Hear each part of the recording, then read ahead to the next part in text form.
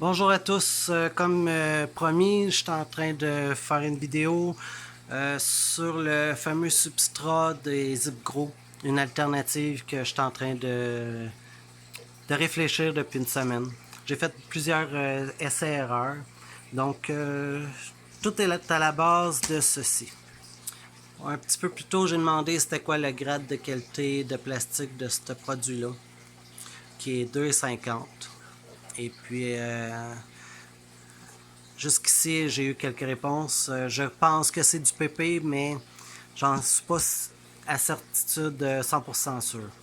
Je vais contacter la compagnie par contre pour vérifier si je suis capable d'avoir les détails puis qui m'informent de tout ceci. Donc, si on part de la base que ce serait du PP, j'ai vérifié ceci. J'ai fait quelques tests, essais-erreurs toute la semaine pour essayer de trouver une solution sur ce produit-là, comment on pourrait l'utiliser comme substrat.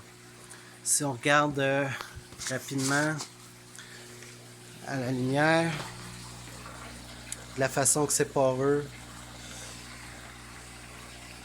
là c'est dur à dire comme ça, là, mais c'est dur. Mais on voit quand même bien au travers un petit peu à certaines places. C'est mon fils que vous venez de voir. Donc, c'est ça. J'ai fait quelques essais, comme je vous ai dit. La première était de faire un genre de tressage, un peu comme les tissus, plusieurs rangées, puis là, on passe au-dessus, en dessous, au-dessus, en dessous. Le problème est que c'est dur de faire d'une épaisseur de 1 pouce et demi, pour essayer d'obtenir, mettons, l'équivalent du tapis Matala. Un peu démontré plutôt avec une vidéo de Castor Gras qui coûte pour 24 pouces de long, pas long, près de 60$. Donc ceci, ben, c'est mon premier prototype. C'est abrasif, les côtés sont abrasifs une fois coupés. Donc il ne faut pas mettre ses doigts là, on peut se blesser quand même. C'est quand même bien, mais c'est difficile de le maintenir ensemble. Donc par la suite, je me suis dit ok, on va le coller. Attention. Donc j'ai fait ceci. C'est un petit coussin, un joli petit coussin par contre pour des petits filtres qu'on pourrait utiliser pour, je sais pas, des petits filtreurs ou de quoi. J'ai testé avec un fer passé. C'est pas assez chaud, je pense, pour le faire fondre puis le faire coller un sur l'autre. J'ai fait des tests, fait que j'ai fini par coller, mais comme vous voyez, les contours. Pour essayer de voir que ça avait de l'air au moins à la base. Si on peut voir un peu de près, c'est pas si pire non plus. Ça fait un beau résultat. C'est sûr que dans la vidéo, c'est pas pareil que de le voir en vrai, là. Donc, ça fait des petits coussinets, en tout cas.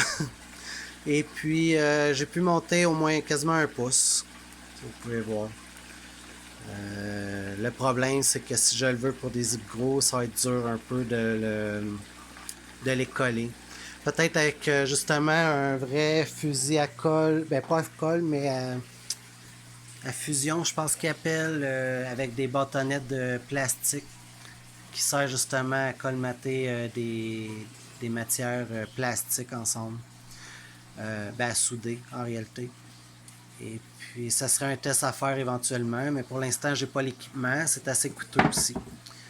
Puis j'essaie de trouver une façon pour le faire sans toucher à mon budget, parce que si vous décidez d'utiliser cette alternative-là, qui pourrait être potable, ben je suis pas là pour que vous dépensiez des sous supplémentaires. Le but c'est d'économiser. Donc j'ai trouvé une autre façon cette semaine avec toutes les essais-erreurs. Je me suis dit pourquoi pas les plier. Donc ici, attendez que je m'installe. À une main, c'est pas trop vargeux. Je suis désolé si je vous étourdis. Donc voilà. Ok.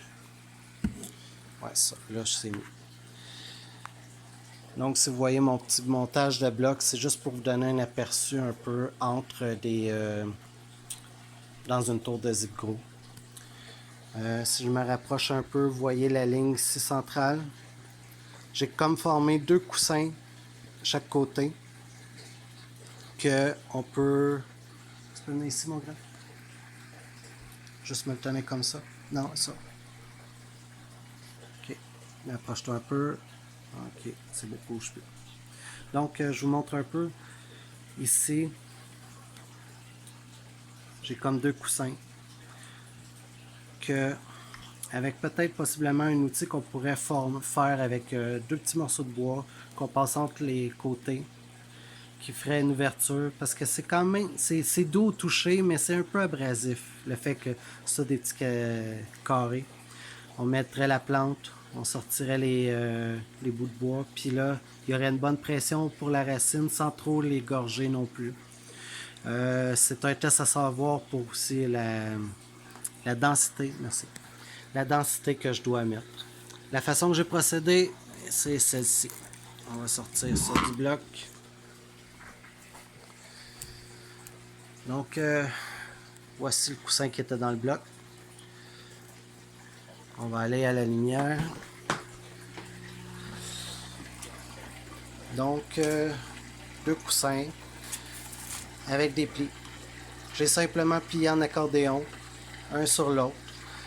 Puis ensuite, j'ai fait comme un tour complet pour l'isoler, puis le maintenir serré. Là, je l'ai attaché pour l'instant avec des attaches métalliques pour être sûr qu'il ne se défasse pas quand même. Donc, de côté, ça donne ceci.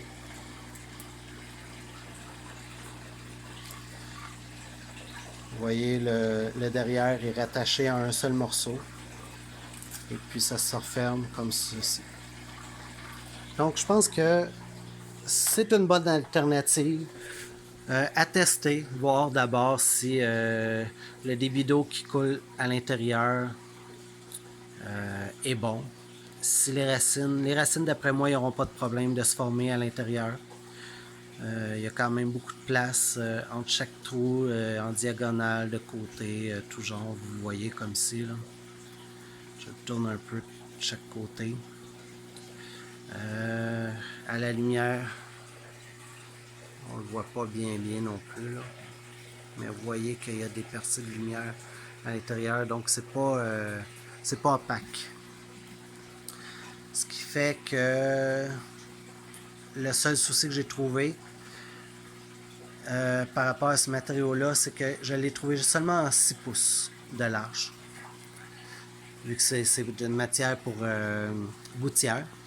Et puis j'aimerais ça en trouver de plus large, mais pour l'instant, je n'ai pas vu. Avec ce genre de grain de quadrillage-là, plus petit, plus grand, je n'ai pas vu vraiment non plus en matériaux similaires. Je travaille là-dessus. Il y aurait peut-être possiblement la possibilité de les coller de côté, un côte à côte, pouvoir le coller sans trop de problème avec un fer chaud possiblement. Ce qui ferait qu'on les plierait de l'autre sens, comme ça.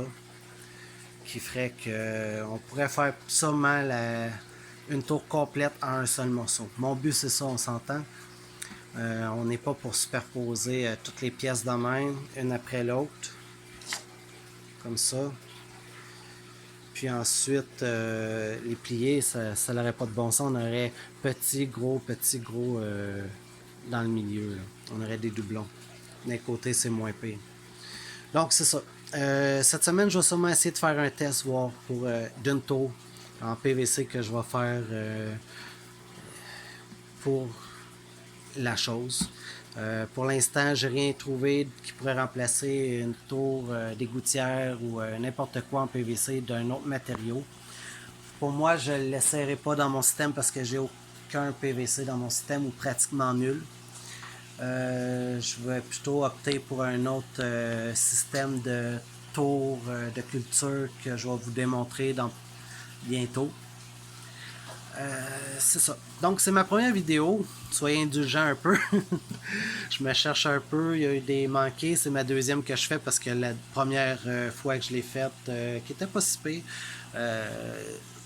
j'ai oublié de partir mon record. Donc, je vous souhaite une bonne soirée.